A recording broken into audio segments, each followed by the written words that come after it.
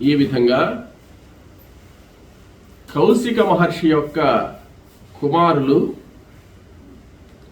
గోహత్యా మహాదోషం వల్ల మొదటి జన్మలో కిరాతకులు అంటే కిరాతులుగా పుట్టారు. కిరాతులుగా పుట్టి ఆ జన్మలో ఎటువంటి జీవహింస చేయకుండా జీవించి తల్లిదండ్రుల సేవ చేసి తల్లిదండ్రులు మరణించిన తరువాత నిరాహారులుగా ఉండి మరలా ఇంకొక జన్మకు వచ్చారు. ఆ జన్మలో కాలాంజనగిరి అనే చోట జింకలుగా పుట్టారు. చూడండి, జన్మ జన్మకు ఎంత మార్పు వస్తుందో చూడండి. మొట్టమొదట చేసిన మహాపాపం వల్ల జీవహింస చేసేటువంటి కిరాతులైనారు. కిరాత జన్మ అంటే జీవహింస. కానీ జాగ్రత్తగా ఉండి జీవహింస చేయకుండా పూర్వజన్మ జ్ఞానం వల్ల, పూర్వజన్మలో మనం ఇట్టి ఇబ్బంది పడ్డాం కదా అనేటువంటి విషయం, జాతి స్మరత్వం ఉంది కాబట్టి జాగ్రత్తగా ఉండి తల్లిదండ్రుల సేవ చేశారు. ఆ పితృసేవ చేసిన తర్వాత రెండవ జన్మలో జింకలుగా పుట్టారు. ఏంది మార్పు అంటే, ఏ జీవాలనైతే ఆ యొక్క కిరాతులు హింస చేస్తారో వేటాడి, ఆ జీవాలుగా పుట్టారు ఈసారి. అంటే హింస చేసేటప్పుడు ఆ బాధ ఏందో తెలియాలి కదా. జింకలకు తెలుస్తుంది ఆ బాధ. అంటే వేటాడేవాడు ఎప్పుడు కొట్టేస్తాడో ఎటు చేస్తాడో అని భయపడుతుంటాయి కదా, ఆ బాధ తెలియాలా అనే ఉద్దేశ్యంతో జింకలుగా పుట్టారు. జింకలుగా పుడితే వాళ్ళు మాట్లాడుకుంటారన్నమాట. అంటే పూర్వ జాతి స్మరత్వం ఉంది కదా, వాళ్ళ పేర్లు పెట్టుకున్నారు వాళ్ళే. ఎవరు పెడతారు వాళ్ళకి పేర్లు? వాళ్ళే పెట్టుకున్నారు. ఏమనంటే ఉన్ముఖుడు జింకల పేర్లు అన్నమాట. నిత్యవ్రతస్థుడు, స్తబ్ధకర్ముడు, తర్వాత విరించి, వేదితుడు, ఘస్మరుడు, తర్వాత నంది అనే పేర్లు పెట్టుకున్నారు. అంటే వాళ్ళ గుర్తు కోసం. అంటే వాళ్ళు అక్కడ ఆ అరణ్యాల్లో తిరుగుతుంటారు కదా, ఒకరినొకరు పిలుచుకోవాలంటే పేరు పిలుచుకునేదానిగా వాళ్ళు 7 మంది అన్నల తమ్ముళ్ళు కాబట్టి ఉన్నారు. అయితే అనుక్షణము భయమే. చూడండి ఎటువంటి జన్మ భగవంతుడు ఇస్తాడో చూడండి. మనం జాగ్రత్తగా ఉన్నా, మనం ఎవరి జోలికి పోకపోయినా ఎవరు చంపేస్తారోనని భయం అన్నమాట. ఆ వన్యమృగాలు ఎలా అయితే భీతితో బాధపడుతూ ఉంటాయో, భయాందోళన చెందుతూ ఉంటాయో, ఆ చంచలమైనటువంటి మనస్సు క్షణం కూడా ఒక చోట ఉండదు. జింక ఎక్కడేమొస్తుందో, ఎక్కడెవరు కొట్టేస్తారని భయం అన్నమాట. ఆ భయాందోళనలతోనే బ్రతుకుతూ వాళ్ళు జాగ్రత్తగా ఏ వేటగాడి యొక్క వల్ల చిక్కకుండా జాగ్రత్తగా ఉంటూ తపస్సు చేసి ఎటువంటి దుష్కార్యాలు చేయకుండా, జింకలేం దుష్కార్యాలు చేయవు కానీ జాగ్రత్తగా ఉండాలి, జాగరూకతో ఉండాలి. ఆ జాగరూకతో ఉండేటువంటి విధానాన్ని వాళ్ళు తెలుసుకొని ఆ జన్మను ఎలాగో కడతీర్చారు. పూర్తయింది. మొట్టమొదటి దాంట్లో హింసాత్మకులుగా ఉండారు, హింసను ఆపుకున్నారు, హింస చేయకుండా నిలుపుకున్నారు. రెండవ జన్మలో భయాందోళనలతో ఉన్నారు. ఆ భయాన్ని అనుక్షణం రాత్రి పండుకున్నా లేచినా ఎప్పుడైనా జింకలకు భయమే కదా, ఆ భయాందోళనలతోనే తపస్సు చేసి ఆ జన్మను పూర్తి చేశారు. ఇక ఆ జన్మ పూర్తయిన తర్వాత ఆత్మ సమాధితో జన్మను పూర్తి చేశారు అంటాడు. ఆత్మ సమాధి అంటే ఏమిటి అంటే, జింక ఎప్పుడూ కూడా భయంతో ఉంటుందన్నమాట, చంచలమైనటువంటి మనస్సుతో. ఆ చంచలమైనటువంటి మనస్సును ఆ నిశ్చలమైన మనస్సుగా మార్చుకొని తపస్సు చేశారు. తపస్సు చేసి ఆ జన్మను పూర్తి చేశారు. ఆ జన్మను పూర్తి చేసిన తర్వాత శరద్వీపంలో ఒక ద్వీపం అన్నమాట. ఆ శరద్వీపంలో జక్కవ పక్షులు అంటే చక్రవాక పక్షులు అంటారు. ఆ చక్రవాక పక్షులుగా జన్మనెత్తారు. ఈ చక్రవాక పక్షులు ఎట్లుంటాయంటే ఇంచుమించు మన కొంగల మాదిరి ఉంటాయి, కానీ కొంగంత పొడుగు తల అట్టుండదు అనమాట. అవి తలంతా చుట్టుకొని తన యొక్క శరీరంలోనే పెట్టుకొని ముక్కు మాత్రం ఒకరు పైకి పెట్టి నిద్రపోతుంటాయి. చూచేదానికి ఆ నదీ తీరంలో ఆ జక్కువ పక్షులన్నీ కూడా ఉంటే ఎలా ఉంటాయంటే స్త్రీ స్తనముల మాదిరి ప్రకాశిస్తూ ఉంటాయి అన్నమాట. చక్రవాక పక్షులు అంటారు వాడు. ఆ చక్రవాక పక్షులుగా పుట్టారు. చక్రవాక పక్షులుగా పుట్టి ఆ శరద్వీపంలో జీవిస్తూ వాళ్ళు పేర్లు పెట్టుకున్నారు. మొదట ఆయన పేరు సుమనుడు, రెండవ ఆయన ముని, మూడవ ఆయన శుచివాక్కు అనే పేరు, 4 శుద్ధుడు, 5 చిత్రదర్శనుడు, 6 సునేత్రుడు, 7వ ఆయన స్వతంత్రుడు. వీళ్ళకి జాతి స్మరత్వం ఉంది. మొదట్లో బోయవాళ్ళుగా ఉన్నాము, తర్వాత జింకలుగా మారాము, తర్వాత ఇప్పుడు చక్రవాక పక్షులైనాము అని చెప్పి అనుకుంటున్నాయి. కానీ తపస్సు చేయాలి. తపస్సు చేసేదానికి మంచి అవకాశం ఈ పక్షులకు. మౌనంగా ఉంటాయి, చుట్టుకొని హాయిగా పండుకో ఉంటాయి. ఒక్కోసారి ఒంటి కాళ్ళ మీద కూడా ఉంటాయి, 2 కాళ్ళ మీద నిలబడి ఉంటాయి, ఒక్క కాళ్ళ మీద కూడా నిలబడి ఉంటాయి అన్నమాట. ప్రశాంతంగా తపస్సు చేసుకుంటున్నారు. అయితే కొంతకాలం జరిగింది. వీళ్ళ ఉద్దేశం ఏంటంటే ఎక్కడి నుంచి అయితే యోగ భ్రష్టులైనారో మరలా ఈ జన్మలన్నీ కూడా పూర్తి చేసుకుని ఎన్ని జన్మలుండే విషయం కూడా వాళ్ళకి తెలుసు అనమాట. వాళ్ళ గొప్ప ఋష్యాదులు కదా వాళ్ళు. మరలా యోగ సిద్ధిని పొందాలని వాళ్ళ కోరిక. అందువల్ల ఎంత నీచమైనటువంటి జన్మ ఎత్తినప్పటికీ కూడా ఆ జన్మలో ఆ జాతిలో చేయాల్సినటువంటి పనులేవి చేయకుండా జాగ్రత్త పడుతూ వస్తున్నారు. ఎందువల్ల అని ఆ రోజు పితృదేవతలను స్మరించారే, ఆ పితృదేవతలు చేసింది తప్పైనా పితృదేవతలకు నమస్కారం చేశారు. ఆ పితృదేవతల నమస్కార ప్రభావం ఇదంతా వాళ్ళకి తెలుస్తున్నది అనమాట. లేకపోతే ఇంకా అన్యాయం అయిపోయి ఉంది వాళ్ళు. సరే చేస్తుంటే మంచి తపస్సమాధిలో ఆ శరద్వీపంలో వీళ్ళు తపస్సు చేసుకుంటున్నారు. అక్కడ ఏమైందంటే ఈ పౌరవంశంలో పుట్టినటువంటి విభ్రాజుడు అనే రాజు కాంపిల్య నగరాన్ని పరిపాలిస్తున్నాడు. ఆ కాంపిల్య నగరాన్ని పరిపాలించే రాజు ఒకసారి ఏమైనాడంటే విహారానికి వచ్చాడు. విహారానికి వచ్చి ఈ నదీ తీరానికి వచ్చి ఆ స్త్రీలతో, ఆయనకి చాలా మంది భార్యలు ఉన్నారన్నమాట, వాళ్ళందరినీ తీసుకుని వన విహారానికిగా బయలుదేరాడు. వన విహారానికి బయలుదేరి, ఇక్కడ వన విహారము అంటే 2 అర్థాలు ఉన్నాయి. వనము అంటే నీటికి అర్థం ఉంది, వనం అంటే తోటకు అర్థం ఉంది. ఇక్కడ నీళ్లలో జలక్రీడలాడేదానికి వచ్చాడా లేకపోతే వన విహారానికి వచ్చాడా అంటే ఆయన వన విహారానికే వచ్చాడు, జలక్రీడలకు కాదు. ఆ అందమైనటువంటి తోట అరణ్యం బాగుందన్నమాట అక్కడ. అదంతా విహరించేటువంటి స్థలం, విహారయాత్రగా వచ్చాడు అనమాట. అక్కడికి వచ్చిన తర్వాత వాళ్ళందరూ ఆ స్త్రీలతో కూడా కలిసి ఆ రాజు చిరునవ్వులు నవ్వుకుంటూ ఆ స్త్రీలతో హాయిగా విహరిస్తుంటే ఈ జక్కువ పక్షులన్నీ చూసాయి అన్నమాట. చూసాయి కానీ ఎవరికి ఏం మనసు మారలే. ఈ ఆఖర ఆయన ఉన్నాడు స్వతంత్రుడు అని, ఈయనకే ఇబ్బంది అంతా వచ్చేది. ఎందువల్ల ఆ రోజు వాళ్ళు గోవధ చేయబోయేటప్పుడు ఇట్లా కాదు, పితృదేవతల కోసంగా చేస్తే సరిపోతుందని సలహా ఇచ్చిన మహానుభావుడు అనమాట. ఆయన ఉద్దేశం ఏంటంటే అదన్నా కొంత మార్పు చేద్దాం, వీళ్ళిటు సంహరించేస్తున్నారని చెప్పాడు. కానీ ఆ సలహా ఇచ్చిన పాపం ఈయన వెంటాడుతూనే ఉంది. వెంటనే ఏం చేశాడంటే దాంట్లో ఒక మంచి ఉంది, చెడ్డ ఉంది. గోవునేమంటే ఇటు పితృదేవతా ప్రీతిగా చేసిన పుణ్యము ఉంది, దానికి ప్రోత్సహించిన పాపం ఉందన్నమాట. ఈ స్త్రీలందరినీ చూసి అప్పటి వరకు ఈ జక్కువ పక్షులన్నీ మగవి కదా, ఏ స్త్రీ జోలికి పోలేదన్నమాట. ఈ స్వతంత్రుడికి ఏమనిపించిందంటే స్త్రీ జోలికి పోలేదు కానీ మనం ఇంత నీచమైనటువంటి జన్మలెత్తి బాధపడుతున్నాం కదా, ఆ రాజు చూడు ఎంత సుఖాన్ని అనుభవిస్తున్నాడో, మనం కూడా ఆ రాజవంశంలో కానీ పుడితే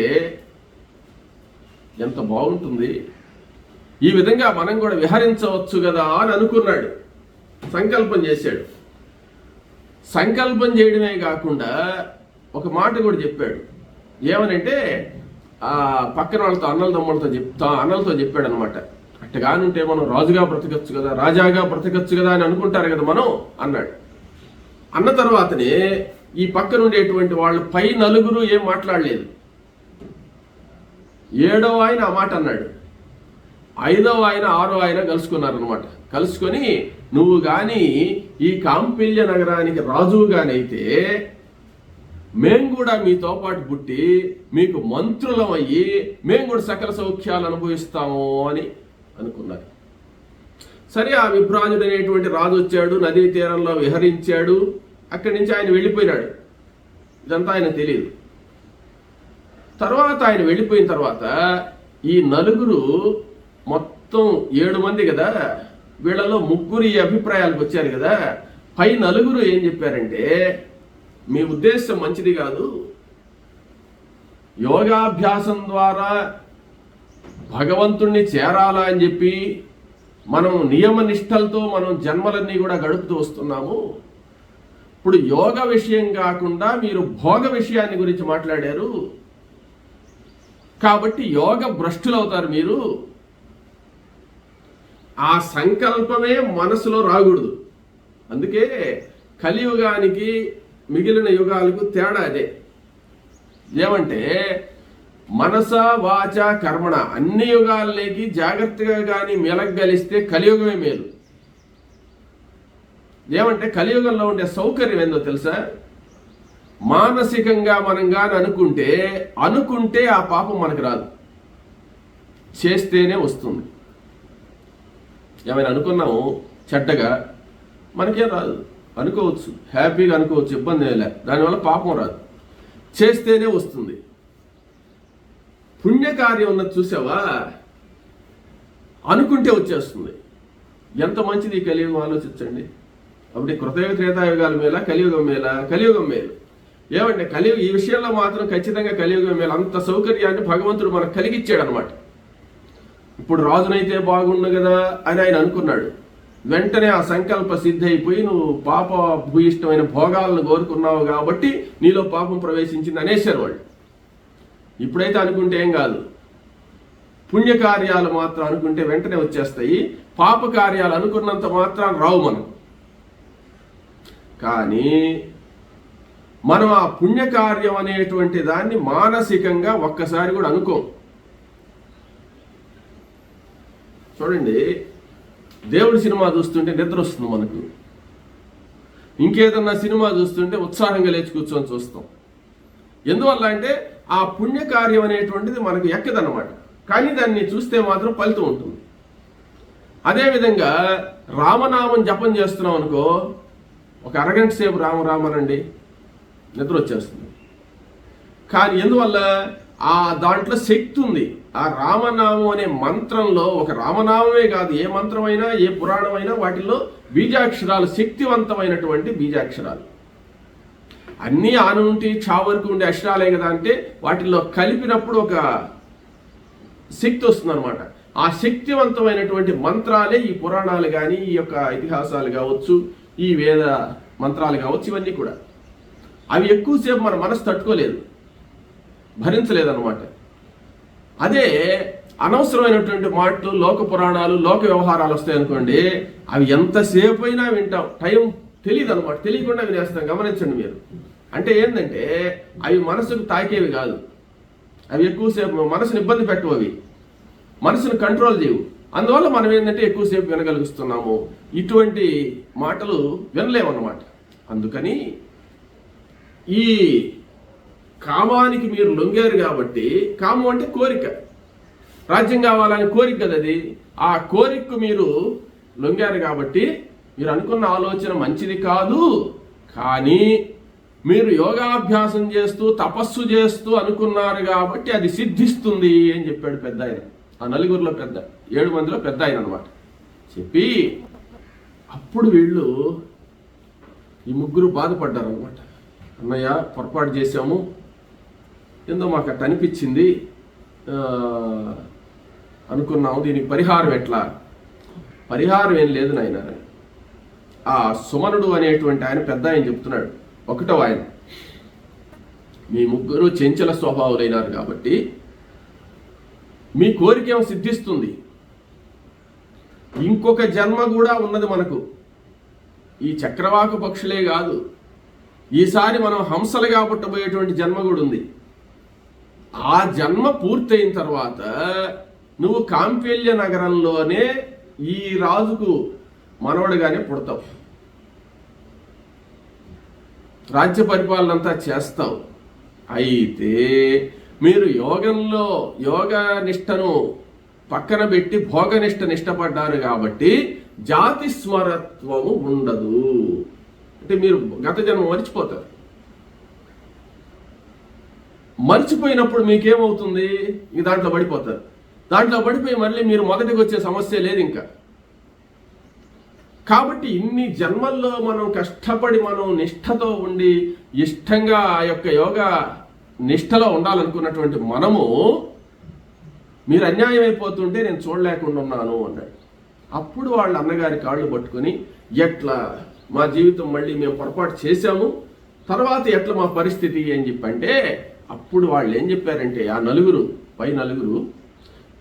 మేము నలుగురము ఈసారి జన్మలో హంస జన్మ పూర్తయిన తర్వాత కురుక్షేత్రం దగ్గర ఒక బ్రాహ్మణ కులంలో పుడతాం. మేము బ్రాహ్మణ కులంలో పుట్టిన తర్వాత ఒక వ్యక్తి ద్వారా మన పూర్వజన్మలను గుర్తు చేసేటువంటి ఒక జ్ఞాపకాలు మీకు పంపిస్తాం. అంటే మేము వచ్చి చెప్పేదానికి వీలు కాదు, ఇంకా మీకు అది చెప్పినది గుర్తురాదు. వేరే వ్యక్తి ద్వారా మీకు సరైనటువంటి సమయంలో అందించమని చెప్పి మన పూర్వజన్మ స్మృతులను మీకు పంపిస్తాం. అప్పుడు మీరు వాటిని విన్నప్పుడు మీకు జాతి స్మరత్వం కలుగుతుంది. కలిగి మీరు మరల యోగాన్ని పొందుతారు అని చెప్పి అన్నలు చెప్పారనమాట. సరే అనుకున్నారు, అయిపోయింది. తర్వాత కొంతకాలం మళ్ళీ ఇది అనవసరంగా రాజు రావడం, వీళ్ళు అనుకోవడం ఇది జరిగిపోయిందంటే బుద్ధి కర్మానుసారిణి అంటే ఇదేనమాట.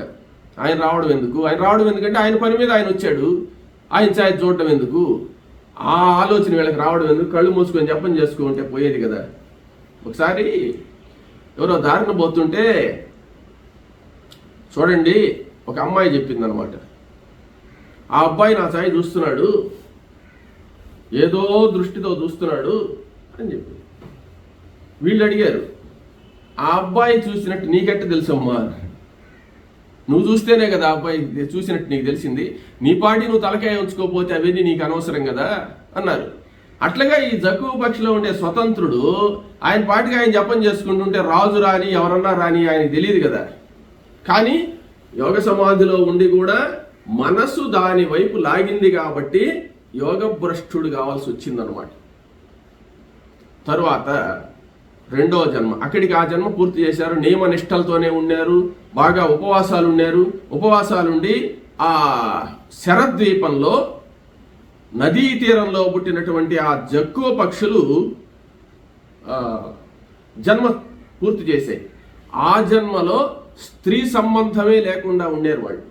అంటే బ్రహ్మచర్య దీక్షతో ఉండే అక్కడ పూర్తి చేశారు. చూడండి, మొదటి దాంట్లో నిరాహారం, ఎక్కడ ఆ బోయవాళ్ళుగా ఉన్నప్పుడు నిరాహారులై ఆఖరిలో తపస్సు చేశారు.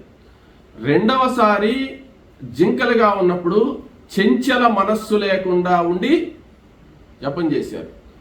మూడవ దాంట్లో స్త్రీ విషయంగా, అంటే కామానికి లొంగకుండా స్త్రీ విషయ ఆలోచనే లేకుండా ఈ తపస్సు చేశారనమాట. తరువాత ఇక్కడ తర్వాత జన్మలో ఈయన ఏం చేశాడంటే హంసలుగా పుట్టారు. ఎక్కడ? ఆ మానస సరోవరం దగ్గర.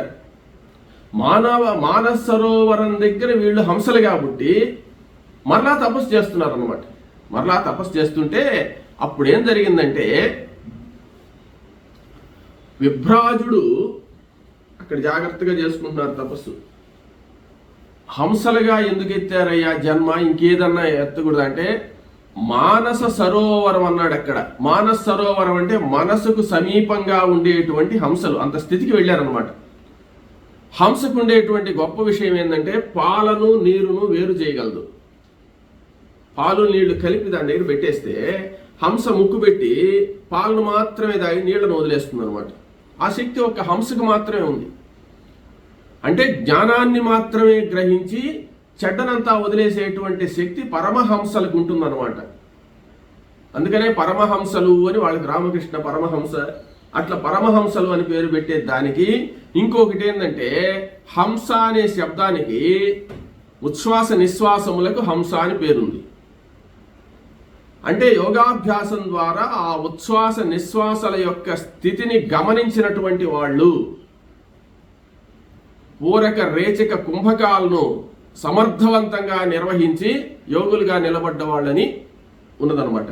హంస హంసాయ విద్మహే పరమహంసాయ ధీమహే తన్నో హంస ప్రచోదయాత్ అని హంస గాయత్రి మహామంత్రం కూడా ఉందన్నమాట. ఎందుకు ఆ పేరు పెట్టారు అంటే హంసల గురించి. హంసలకు ఆ గుణం ఉంది.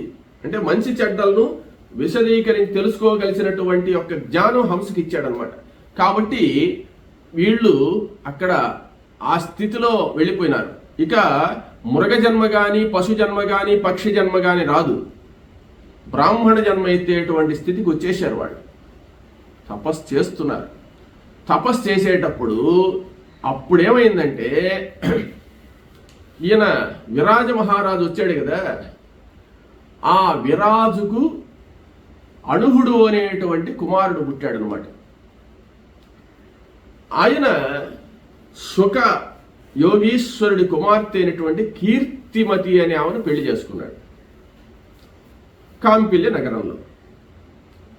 ఆయన ఏం చేశాడంటే అన్ని ఐశ్వర్యాలు అనుభవించేసి ఈ విభ్రాజుడు ఆయన పేరు, ఆయన ఏం చేశాడంటే ఇంకా అడవులకు పోయి తపస్సు చేసుకోవాలనుకున్నాడు. ఇంతకు ముందు ఆయన వచ్చి విహరించిపోయినప్పుడు వీళ్ళు జక్కో పక్షుల శరద్వీపం దగ్గర ఉన్నారు వీళ్ళు. ఇప్పుడేమంటే మానస సరోవరం దగ్గరికి వచ్చేసి ఉన్నారు తర్వాత జన్మలో హంసలుగా మారి. ఈ విభ్రాజుడు ఏం చేశాడంటే మానస సరోవరం ఇక్కడ హిమాలయాల్లో ఉంటుందన్నమాట. ఈయన కాంపిల్య నగరంలో తన కొడుకు సామ్రాజ్య పట్టాభిషేకం అంతా చేసి సకల సామ్రాజ్యాన్ని ఆయనకు ఒప్పజెప్పేసేసి ఈ విభ్రాజుడు ఏం చేశాడంటే మానస సరోవరం దగ్గరికి వెళ్ళాడు. వానప్రస్థాశ్రమం తీసుకుని అక్కడ తపస్సు చేసుకోవడానికి. అక్కడికి పోయి తపస్సు చేసుకుంటుంటే ఆ తపోవనమంతా కూడా ఈయన చేసేటువంటి తపస్సుకు విభ్రాజమానం బ్రహ్మాండంగా ప్రకాశిస్తుందట. తపోభూమి అయిపోయింది అదంతా కూడా. అందుకని విభ్రాజవనము అని పేరు వచ్చింది అక్కడ ఆ తపోభూమికి. ఈయన తపస్సు చేసిన దగ్గర ఆయన ఆ విభ్రాజవనంలో తపస్సు చేస్తూ ఒకసారి మానస సరోవరం దగ్గరికి వచ్చాడు. మానస సరోవరంలో స్నానం చేద్దామని వచ్చాడు. వస్తే అక్కడ ఈ హంసలన్నీ కూడా తపస్సు చేసుకుంటున్నాయి. ఆ హంసలన్నీ తపస్సు చేసుకుంటూ ఉంటే ఆ హంసలను గమనించాడు. ఈయన సామాన్యుడు కాదు, ఈయనకు దివ్యజ్ఞానం కలిగిన వాడు. ఈయన కూడా ఈ విభ్రాజుడు గొప్ప తపశ్శక్తి సంపన్నుడు. ఆ హంసలను చూస్తే ఓహో శరద్వీపంలో తపస్సు చేస్తూ ఉన్నటువంటి చక్రవాక పక్షులే ఈ జన్మలో హంసలుగా పుట్టాయి కదా అని తెలుసుకున్నాడు. అంటే వీళ్ళు గొప్ప ఋష్యాదులు జన్మల్లో ఏదో మార్పులు చేస్తూ వస్తున్నారని అర్థమైపోయింది ఆయన. అంటే అక్కడ తపస్సు చేస్తున్నారు. ఆ జక్కో పక్షులను ఆయన గమనించింది ఏంటంటే స్త్రీ సంభోగం చేసి ఆడుకోకుండా ఏకంగా 7 ఒకే దగ్గర కూర్చొని తపస్సు చేయడం గమనించాడు. ఇక్కడికి వచ్చి చూస్తే ఇదే విధంగా ఈ హంసలు కూడా వరుసగా కూర్చొని తపస్సు చేస్తున్నాయే కానీ విహారాలు చేయడం, ఎగరడం చేయడం, ఏం పనులు చేయడం లేదు. గమనించి పక్షి జాతిలో అయినా ఇటువంటి మహానుభావులు ఉన్నారు కదా, మానవ జాతిలో లేనిటువంటి వాళ్ళు. ఇంత ఏకాగ్రత ఈ యొక్క పక్షులకి హంసలకు వచ్చింది కానీ మానవులకి ఎక్కడుంది ఈ ఐక్యత కూడా? అంటే 7 కలిసి ఉండడం. ఇప్పుడు మామూలుగా అన్నల తమ్ముళ్ళు అంటే పుట్టినప్పటి నుంచే నా భాగం నాకు, నీ భాగం నీకు తగులు పెట్టుకుంటారు కదా. అట్లా కాకుండా ఐక్యంగా ఉంటూ అందరూ కలిసి ఒకే మాట మీద తపస్సు చేయడం అనేది ఎంత గొప్ప. అప్పుడు అనుకున్నాడు, వీళ్ళల్లో ఒకడికి బిడ్డగా పుట్టినా చాలు కదా నేను అనుకున్నాడు. ఈయన మనసు ఇట్టు మారిందను, వీళ్ళల్లో ఒకడికి బిడ్డగా పుట్టాలి నేను అని సంకల్పం చేసి తపస్సు మొదలు పెట్టాడు ఆయన. చూడండి, ఆ వీళ్ళు నచ్చారు ఆయన.